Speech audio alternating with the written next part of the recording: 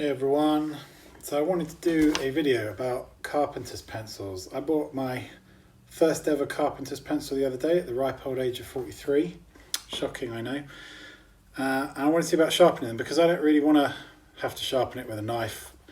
It just annoys me, and it's not very neat and tidy. You don't get a very nice clean looking end on it. So I was looking into other ways to do it, and I saw a video from Scott Brown Carpentry, which I'll link to, where you get your pencil, you put it in a drill, and you put it in the sharpener, and it does it for you, which is seemed nice and easy, and I like the idea of that. But I hit some trouble doing that. I wasn't able to do it. I'll explain why, and I'll explain my workaround in a minute. But first of all, I just want to look at the dimensions of a carpenter's pencil and a regular pencil sharpener. So here's a normal pencil sharpener. Now, when I was looking around, I could not find any info anywhere where anyone just confirmed or denied that a carpenter's pencil will or won't fit in this thing, because these things will take a jumbo pencil. This is fatter than your average pencil here. There's a normal pencil. There's a jumbo pencil. They'll happily take a jumbo pencil with room to spare that you can see. There you go. I've got plenty of wiggle room there. So these carpenter's pencils are meant to be 1/4 of an inch that way by 1/2 an inch that way. 1/2 an inch being 12.7 mils, I think, or around about that. Now, if I measure this one, you're going to see right away that definitely is not an inch. You can see that's the inch mark there, and it's well over that. To be an inch would need to be a good bit slimmer than it is.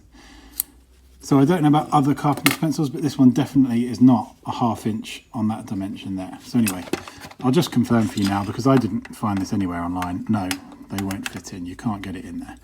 It will not go in. And you could try sanding some stuff off, but that's a faff. The whole point of this was to sharpen this pencil, avoiding faff and avoiding doing it with a knife and keeping it looking nice and neat and tidy. So it won't go in there, first of all. So what did we do? Okay, so like I said, I saw a video from Scott Brown Carpentry where he took a drill, put the pencil in it, put the pencil in the sharpener, whizzed it up, sharpened up lovely.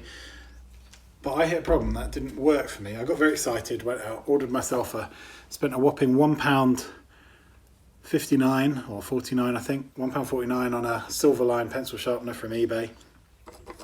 The pencil fits in it, importantly, but my pencil doesn't fit in my drill, because despite having, that's as open as it will get, despite having a 13mm chuck, and this is meant to be, remember, 1/2 an inch, which is 12.7 mils, so it should fit inside a 13mm chuck. Despite having a 13mm chuck, the pencil will not fit in my drill. And drills with chucks bigger than 13 mils are pretty rare, I think. If you've got one, great, it might work, but for me it didn't. So I started thinking, what can I put in the drill? Because I really didn't want to sharpen this by hand. I would much rather make a nice long YouTube video like this about how I sharpen pencils than spend any time using a Stanley knife on this pencil. I'll tell you that now. Right, so I started thinking, what can I fit this into that will fit on the drill? And I thought, well, maybe I could fit it into a socket adapter thing. So I've got a 14mm one here, and it fits in, but it's not that tight. It'll turn. So if you were to put this, bonus is it'll just go in a regular impact driver as well. You put this in there and spin it. You can see I'm holding the pencil, then it'll spin and spin. It chips away at it, but so that wasn't tight enough. It didn't really hold it tight enough.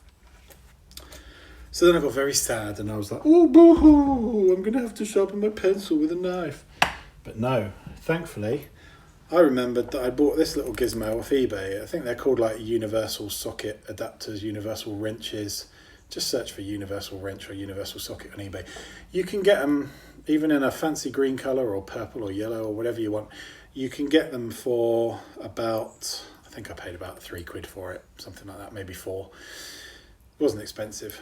If you go through the adverts you get on Facebook for them, you'll be paying like £12. But yeah, anyway, and they might be better, I don't know. I haven't really used it for very much until now. So stick that in there, and the pencil will go in there. The only thing is it won't hold it. You have to, it's spring loaded, the pins in there are spring loaded, so you have to hold it. So the first thing you want to do is get your pencil in your pencil sharpener and just apply a little bit of pressure. You don't need to apply very much. If you're sensible, you should probably wear gloves for this, but because it is potentially a spinning blade at the end of the day. A little bit of pressure goes around lovely. Ooh, hang on. Sharpens up nicely. Let me just put that in the bin. Oh, hang on, that's not quite sharp. I haven't quite finished, so let me just do a bit more.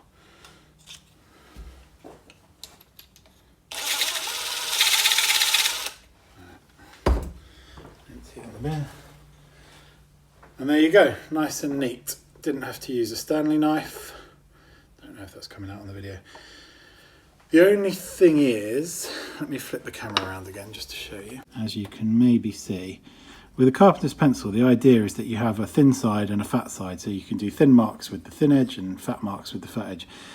With that sharpener, it might be different if you spend a bit more on a sharpener, but with my Silverline sharpener, all I get is this very blunt edge on the pencil. It's not got a thin side and a fat side.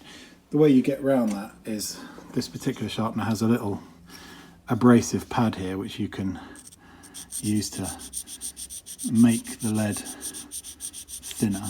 Obviously you're wearing away a bit of lead here, but I don't know how long it's going to take. I mean, you can see it's a bit thinner now. Is that going to focus? Yeah, it's a little bit thinner. You might want to do it that way as well, just to get a bit more of a point on it. So it doesn't entirely remove the manual faff. I mean, to be honest, you probably have to do this even if you're doing it with a knife anyway, so I'm not sure that this is any extra effort. But there you go. So if you go out and you're searching on YouTube and you find the Scott Brown Carpentry TV video and you get all excited, but then you get one of these pencils and it doesn't fit in your drill, that's how you might be able to get around it. Cheers for watching.